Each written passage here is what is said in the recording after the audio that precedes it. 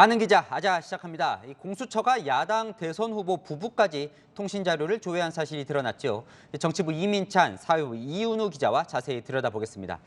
먼저 이민찬 기자, 이 공수처가 왜 조회를 했는지가 궁금한데 일단 윤 후보 측이 언제 조회를 당했는지 스스로 공개를 했어요. 맞습니다. 윤석열 대선 후보에 대한 공수처의 통신 자료 조회 9월 8일과 23일, 10월 1일 이렇게 3번입니다. 공수처가 고발 사주 의혹으로 윤 후보를 입건한 9월 9일과 법관 사찰 의혹으로 입건한 10월 22일 전후에 집중 조회한 겁니다. 부인 김건희 씨도 좀 볼까요? 김 씨 10월 13일 조회가 됐는데요. 이날은 국민의힘 의원 37명과 언론인들의 통신 자료가 대거 조회된 날이기도 합니다. 자, 이윤우 기자, 이 공수처가 왜 이 대선 후보 부부를 조회했는지 그 이유는 밝히지 않고 있는 거죠? 네, 이 수사가 진행 중이라고 이 해명을 피하면서 논란을 더욱 키우고 있는데요. 이른바 고발 사주 의혹 수사와 관련됐을 가능성이 높습니다. 그러다 보니까 이제 국민의힘은 이건 야당 후보에 대한 탄압이다 이렇게 주장을 하는 거고요. 네, 맞습니다. 김건희 씨가 공수처에 입건됐는지 여부에 대해 윤 후보 부부는 전혀 몰랐다는 건데요. 만약에 김건희 씨가 자신들도 모르게 입건이 됐다면 명백한 야당 후보 탄압이다, 명백한 대선 개입이다 이런 주장입니다. 자, 이윤우 기자, 공수처가 어떻게 이렇게 많이 조회할 수 있었을까? 이게 사실 계속 의문이었는데 그게 지금 취재가 좀 됐죠. 네, 맞습니다. 이 채널의 취재 결과요. 이 공수처는 고발 사주 의혹 등과 관련해서 통신영장과 카카오톡 압수수색 영장을 법원으로부터 받았습니다.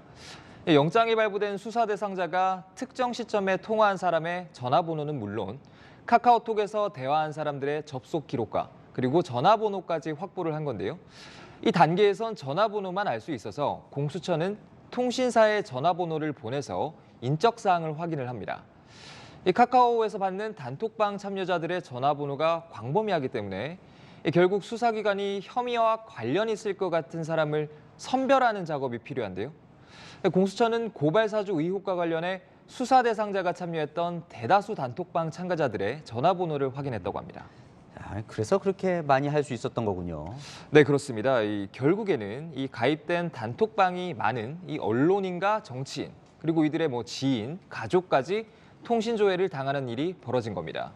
윤석열 대선 후보 부부는 고발 사주 의혹으로 공수처에 입건돼 있는 만큼 이 공수처가 애초부터 이들을 염두에 두고 이 통신 자료를 조회했을 가능성도 배제할 수 없습니다. 이민찬 기자, 실제로 이제 정치부 야당 출입 기자들이 이제 통신 자료를 많이 이제 조회를 당했는데 카카오톡 단톡방 야당 출입 기자들 많이 씁니까? 이 여야 모두 공보 업무의 편의성을 위해서 SNS 대화방을 운영하고 있습니다.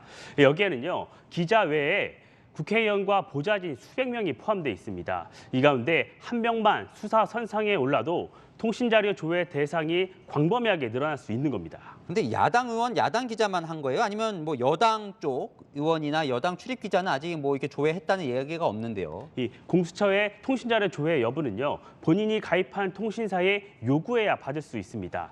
아직 여당에선 통신자료 조회 결과를 공개한 사람이 없습니다. 채널의 여야 출입 기자에 대한 통신자료 조회 결과를 보면 어느 정도 예상은 가능할 듯합니다.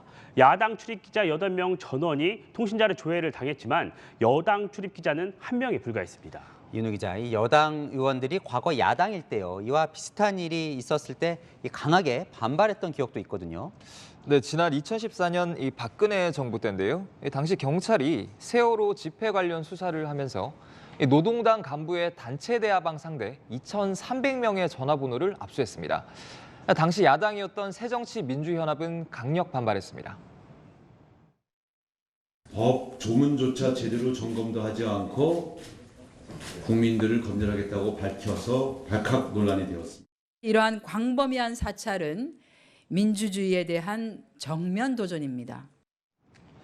지금 이 공수처의 통신 조회에 상대적으로 잠잠한 더불어민주당의 기류와는 사뭇 달라 보이죠.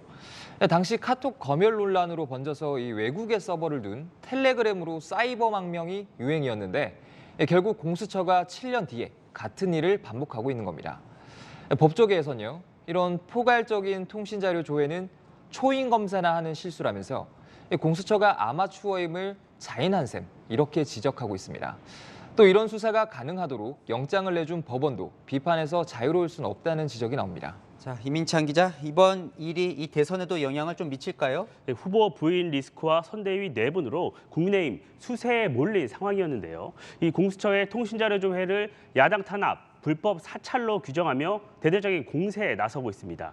이 공수처 설치는 문재인 대통령의 대선 공약이기도 했죠. 이 국민의힘은 공수처를 둘러싼 여러 논란을 부각하며 문재인 정부의 실패 사례로 강조하겠다는 입장입니다. 윤석열 후보는 대통령이 되면 공수처 불법 행위에 대해 반드시 책임을 묻겠다면서 문재인 대통령과 민주당은 왜 침묵하냐고 비판했습니다. 민주당은 사실 확인이 먼저라며 여론 추이에 촉각을 곤두세우고 있습니다. 네, 잘 들었습니다. 지금까지 이민찬, 이은우 기자였습니다.